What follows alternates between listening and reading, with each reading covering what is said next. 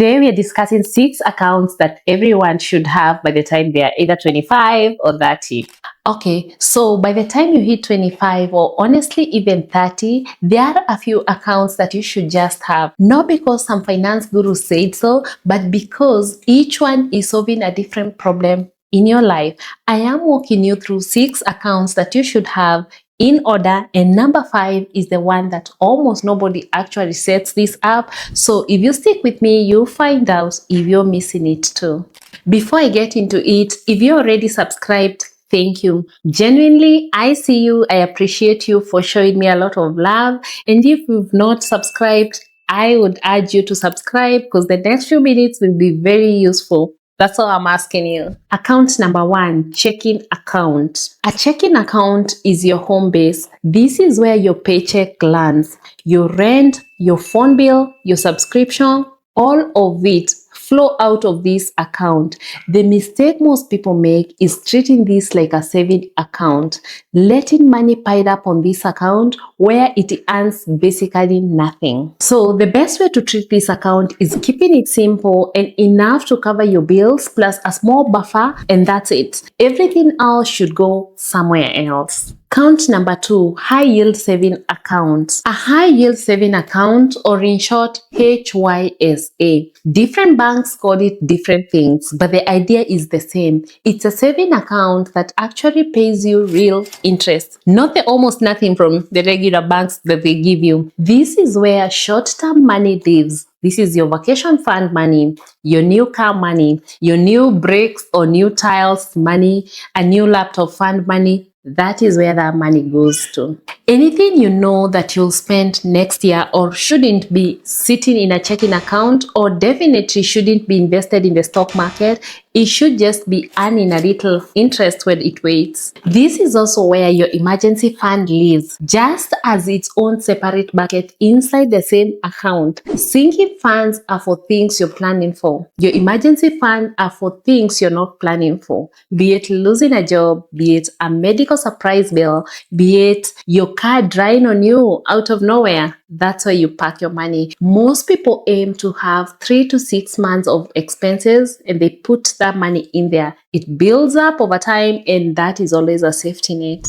Account number 3, 401k. This is a retirement account, and this is where you put your money for retirement. A lot of companies will offer this and will match a percentage of what you put in, and that is free money by just literally participating. If you're not contributing at least enough to get the full match, you're leaving money on the table. That employer is just offering you money. So at minimum, that's the number you should hit. Account number 4, IRA, individual retirement account. You open this by yourself and it's completely separate from your job. In a Roth IRA, you pay taxes on your money right now, but you're probably in a lower tax bracket than you would probably later. And then when you retire, you can withdraw that money tax-free and growth will be included there. This account is a great complement to your 401k and it gives you more control over what you actually want to invest in. Okay, let's go to the 5th account. This is the one that I told you about, the one that almost nobody is actually setting it up, even though it's honestly one of the best accounts that exists. Account number 5, HSA, or Health Saving Account. It's called a health saving account, and you can only get this one if you have a high deductible health plan. But if you qualify for one, listen to this, it's the only account that gives you triple tax advantage. The money you put in is tax deductible. It grows tax-free, and when you use that money for medical expenses, you're gonna take it out tax-free too. No other account on this list does all the three. And unlike an FSA, it is not use it or lose it. It rolls over year after year, and once there is enough in there, you can even invest in that money for the long term. Most people either don't know they have access to one or just never bother opening it. Don't be the most people, just open one. Account number 6, taxable brokerage. A taxable brokerage account has zero special tax treatment, but also zero restriction. There is no income limit here. There is no contribution caps. There is no penalty for taking your money out whenever you want.